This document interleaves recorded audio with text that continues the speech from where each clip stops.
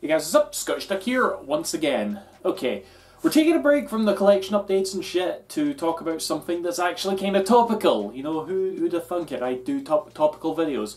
But yeah, it's also to do with Sega, so that's also mega predictable on my part. But yeah, for those of you who don't know, at the end of March this year, we are going to get the SEGA Festival in Japan. Now, SEGA Festival was last year, and you know, I couldn't actually tell you if that was the first time Sega had ever done that, but at least it was the first one that really garnered a lot of attention, because at SEGA Festival 2018, they made like a bunch of announcements that were like a big deal, especially to me, okay? They announced Shenmue 1 and 2 HD, that was like the main thing that just took everybody off guard. So much so that people forgot that they announced like a new Sakura Wars game there. They also announced a new... they announced the Mega Drive Mini, which we still haven't heard anything about since then, other than the fact that AtGames isn't working on it. And that's also where they announced Sega Ages, which has been continuing to be really fucking promising for playing like little retro Sega games on your Switch. So, it's going to be happening again at the end of March, and I'm like super excited. I mean, this E3, Sony and like, I think Microsoft said they're skipping out on it as well. So this is pretty much going to be my E3, almost, you know? And I thought to myself, you know what? I'm going to make a wish list, right? Not a prediction video. I'm not making predictions because then they won't come true. But no, this is going to be just purely a wish list, right? Just, I wrote down 10 things and I'm just going to talk about them, talk about how likely they are. And all of them are, again, wishes, not predictions, but they come from somewhat a position of, like, reasonableness. I don't know, let's fucking go for it. And, you know what? We'll use jump cuts. Okay, so yeah, these are in no particular order. I'm just gonna, like, say them as I came up with them, I guess. But the first thing that I think we're gonna find out about is, and again, it's not like a prediction, but if I was to make a solid prediction, this would probably be it, okay? We're going to see a trailer and see a bunch of details on the new Sakura Wars game, which I believe is codenamed Shin Sakura Wars. So, yeah, they're going to show off the game, I'm sure they will, and but the thing that I'm probably wishing for the most is, like, for them to announce a worldwide release, you know? Because Sakura Wars has definitely been like Japan only for years. We did get one game. We got Sakura Wars So Long My Love for the Wii and the PS2, but that game did notoriously badly despite an amazing localization that it had. I don't even know how big the Sakura Wars fan base is now. A lot of Sega fans who do know about the series typically know it as that series that was just like, you know, that never was, you know, it was just like an adventure game, dating sim, strategy game. But yeah, the Sega of today is different with Atlus there now. This may be something that they could just say fuck it and localize. We don't know. We don't know. So yeah, trailer, we'll definitely get that. Localization announcement, bit more unlikely, but we'll see, shall we? So another game that we know about that, you know, again, kind of similar to Sakura Wars, we simply know that it exists and we don't have any other details of it besides that, is the new Yakuza game, Shin Yakuza. Now, knowing Ryoga Gotoku Studio and how quickly they work, I wouldn't be surprised in the slightest if this game was scheduled to come out by the end of 2019. You know, that's just how fast that studio works. I don't know how they do it, okay? I can definitely say personally, I'm not that fussed if they do talk about this. I mean, we have Judgment this year, you know, outside Japan. We have the Yakuza remasters to look forward to, like PC releases. We're getting a lot of Yakuza, and I'm happy with that, you know? But this game, it is still coming, and we've been shown the protagonist. He is called Ichiban Kasuga. He is supposed to be the one who is replacing Kazuma Kiryu, you know, some massive shoes to fill. But we've seen him in cutscenes in the Ryoga Gotoku Online, you know, the mobile game, which is also on PC, which is kind of like, Sega's trying to make their next big online thing, kind of alongside Phantasy Star Online 2, at least that's what it looks like to me. And the game actually has cutscenes, and we've seen Ichiban in the cutscenes, and he seems like an interesting protagonist. But, you know, it's weird because this is on my wish list. But again, I'm cool if this, like, just stays in the dark for a good while, you know? Like, Ryoga Gotoku Studio is just doing so well with other projects. I'm cool for Yakuza to take a bit of a break, you know? Like I said, you got the fucking Judgment coming out, all that. There's a lot to look forward to, but if we do see details about it, it'll still be interesting to me, and that'll be cool, I suppose. So one thing that we are, again, almost guaranteed to probably have announced at the SEGA Festival is more Sega Ages stuff, right? And, you know, we've got a good chunk of games right now. We have Outrun, we have Phantasy Star, we're looking forward to, like, Game Ground and Alex Kidd Miracle World. But everything is, like, from the era of, like, really early arcade, Master System, Mega Drive, you know, stuff like that. What I really want to see is friggin' a Saturn or a Dreamcast game on the Switch Sega Ages, right?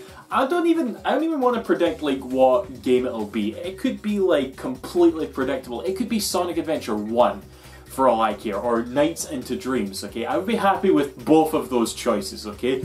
But I just want to see M2 move console, you know? Saturn or Dreamcast, you know? Give us one of those on Sega Ages, right? I would love that. So a lot of you may remember that throughout, like, the years, I guess you could say, Sega has put out a couple of polls in Japan and worldwide of asking their fans, you know, what sort of games do you want? You know, like, what franchise do you want to see return? Now, it was a while ago, way more than, like, probably a couple of years ago, that Sega did release such a poll in Japan, and number one was Sakura Wars. And lo and behold, we're getting a new Sakura Wars game, you know, awesome. But one of the more latest ones that they did, and I believe that this one was worldwide as well, with Sakura Wars excluded, number one turned out to be Jet Set Radio. So, yeah, if Sega is going to do the same thing as they did with Sakura Wars and just, like, make a new game that was the number one choice according to fans, it's going to be Jet Set Radio, okay? Now, this might not necessarily mean a whole new game. This could mean, like, maybe a HD port of Jet Set Radio Future. That would be cool. Maybe bring, like, Jet Set Radio, the original, to PS4 and Xbox One and Switch. It's been on, like, the previous gen consoles for a while. Maybe release even a little collection. Include that fucking shit Game Boy Advance game on there. I don't know. But obviously I think most of us do want a full-on proper sequel. I know I sure as fuck do. But any Jet Set Radio is good Jet Set Radio as far as I'm concerned. So yeah, if we're gonna get, like, a brand new, like, retro revival, I am guessing it's gonna be Jet Set Radio. So yeah. So when it comes to Atlus, you know, like, again, I've said this so many times, as we are advancing through time since Sega initially bought Atlus, you can see that they're just, like, closer and closer and closer, you know, to the point that I'm sure that Sega logo will be on the cover of, like, Persona 6 whenever the fuck that happens. And there's a good chunk of Atlus games coming out this year that I know I'm really looking forward to, you know, like Persona Q2 just got announced there, last hurrah for the 3DS, you know, along with, like, Etrian Odyssey, which just came out this week. We got Catherine Full Body, and the original Catherine just came onto Steam. That's big. One personal big favourite of mine is, big game that I'm looking forward to, I should say, is 13 Sentinels Aegis Rim. I love Vanillaware. But I think at the moment, definitely Atlus's big game is gonna be Shin Megami Tensei 5. And I'm expecting I don't know if Atlus is really that heavily featured at SEGA Festival. They weren't really last year. But a full proper trailer for Shin Megami Tensei 5 would be nice. You know, we got a teaser way back in January 2017 at the Switch event that they were holding. Then later that year, we did sort of get, like, a proper trailer, but it didn't really tell us much. And yeah, I really want to see some, like, gameplay, just like an awesome, like, more talking about what the game is going to be like. I'm not even the biggest Shin Megami Tensei guy, if I'm being perfectly honest, but I'm definitely interested to see where this game is going. Now, obviously, prior to the SEGA Festival, we are supposedly getting Persona 5 related announcements. You know, like, there's been rumours about a fucking fighting game, Switch port, stuff like that. So, if they're going to be talking about Persona stuff, then they could probably save like Shin Megami Tensei for the SEGA Festival. Either way, more Atlus stuff is always good. So yeah, that's but will they be there?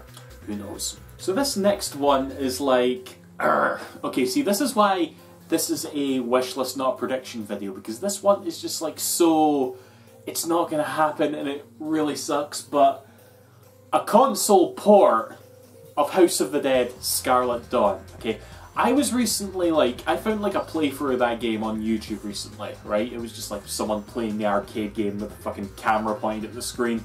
And I watched it for a good like 10-15 minutes and I was just like mesmerized. Eventually I just had to go like, what the fuck am I doing? And I turned it off. It's like, I don't want this spoiled for me. I want to experience all this myself in some way, you know? There sure as fuck isn't a fucking House of the Dead Scarlet Dawn machine anywhere near where I live. So I want it on console, damn it. Even if it's like even if you like push it as like a VR game, you know, you add like VR support. I don't care, just let me play it, okay? Sega. So, and if you announce it at SEGA Festival, you know, it'd be fucking awesome. So one thing that we all know from last year, and that we still know very little about, was the Mega Drive Mini, okay? That thing is still coming out, supposedly. It's not being made by Act Games. They're now working on it internally. Hopefully they've got like AM2 helping out with it as well, since those guys are just like the masters of old game emulation. But yeah, I would like to see a lot more details about it, like what games are going to be on there, what the price is going to be, and I really hope they just kill it, you know, because I think it's safe to say that the PlayStation Classic was a big flop, you know, it failed. I think that's kind of objective at this point. Sony didn't really do a good job there. I really don't want Sega to like redo the same mistake, you know, like just put a bunch of games on there that everybody loves, make sure the emulation is wonderful, make sure the build quality is good, put it out there. That's all you have to do, okay? So hopefully, Sega, you can do that. Okay, so these these next two, these were actually among some requests I had coming out of SEGA Festival last year. Like, I remember I had like 3 things in particular that I wanted. I wanted at least one more retro revival, you know, the Road to 2020 as Sega's calling it, utilizing older IP. And I kind of got that after the SEGA Festival, because we're now getting Streets of Rage 4. I'm still like super looking forward to that. But one of the other things that I wanted was basically, I wanted AM2 to do something, okay? AM2 is the longest running division at Sega still making games today, okay? And I think they're much smaller than they used to, you know, they're not making games on the level of Shenmue anymore. I understand that, and it's not like they're not doing anything. Okay, they're updating Border Break, which is like a mech style arcade game, and they're doing a bunch of like other smaller stuff. Like they've been updating the Hatsune Miku games for a while now because they've been coming out in arcades and stuff. But yeah, in terms of like console games, not much. And I know that it's like a lot of you are probably thinking it, but I know I'm saying I want AM2 to do something, but really I'm saying I want them to do Virtual Fighter 6, okay? If they're going to do something, for console, they're probably going to do that. And yeah, Virtual Fighter 6, I really feel like that's a franchise that needs to come back, because in terms of like Sega constantly referencing it, it's still pretty relevant. It's still got like fighting game tournaments and all that, you know? So it's like, and I know there's a lot of 3D fighting game competition right now, you know, Dead or Alive 6 is about to come out. We already have Soul Calibur 6 and Tekken 7. But this was the original 3D fighter, you know, it's like, I just want to see it thrive. I just want to see it come to fruition, and I want to see it at SEGA Festival. Oh, it'll be glorious. And the other thing that I was talking about that I wanted to see was, do you guys remember when Sega first bought Atlus? Yeah, this is an Atlus related thing. I know I already gave Atlus sort of their own section, but hear me out. Do you guys remember when Sega bought Atlus? One of the things that came out that Sega apparently said was that Atlus had access to dormant Sega IPs. And I remember me and a whole bunch of other like people from my generation went mental, saying, oh my god, what if Atlus made a new this game, or if Atlus made a new that game, you know? And for the most part, Atlus have still kind of like stuck to their own guns. They've been doing like their own like IPs, like Persona, Shin Megami Tensei, Etrian Odyssey, Catherine, all that jazz. but it's still possible, okay? With the relationship between the two, obviously Sega owns them, but with it being like closer and closer as we go on, I just feel like it's gotta happen eventually. Eventually Sega, Atlus, sorry, have to make a game that is based on a dormant Sega IP or a current one or whatever. Like, I have three, right? And even if it's not one of these three, I don't care. Just like, I want Atlus to make a Sega IP. A new Skies of Arcadia game, that would probably be my #1 thing. A new Panzer Dragoon Saga game, you know, not the rail shooting variety, the RPG Panzer Dragoon. You know, I think Atlus would do a brilliant job there. And I think the one that, even though I would want Skies of Arcadia more, the one that I think would make the most sense, if they made like a new Phantasy Star, as in Phantasy Star 5, okay? Now that wouldn't make much sense because they're currently making a 5 already. They just got done making a 5, Persona 5, now they're making Shin Megami Tensei 5. Do we really need Phantasy Star 5? But you know what? We do. So Atlus making something that Sega's got. Just that, okay? Just that. Okay guys, and this is my last wish list thing here. Now this is an idea that my sick brain thought of, and it's been lingering in there for months, and I haven't talked about it because I know how unlikely it is, how, like, dead in the pan the idea is. There's no way it's going to fucking happen. But I'm going to share it here anyway, just in the case that it does happen. I called it, basically. Right. So, one thing that I don't think that they'll talk about much at SEGA Festival is Sonic the Hedgehog related news, okay? They didn't do much of it last year, and Sonic is already having a panel, South by Southwest, I believe it is, prior to SEGA Festival. They're going to have that panel, and no doubt we'll get like a little bit of news there regarding maybe the next major 3D Sonic game, which I'm sure we'll see this year. Some new Team Sonic Racing stuff, blah de blah. You know, I'm sure we'll get stuff like that. But this particular announcement, it would just make sense to announce it at SEGA Festival, in my opinion, okay? So, to me, right, Team Sonic Racing is looking fucking brilliant, okay? Like, they showed off a little bit of extra new bits of gameplay with that, like, behind the music video that was released, like, last week or so, whatever it was. And it's like, dang, Planet Wisp, you know, not just the Wisp circuit that we saw when the game first got revealed.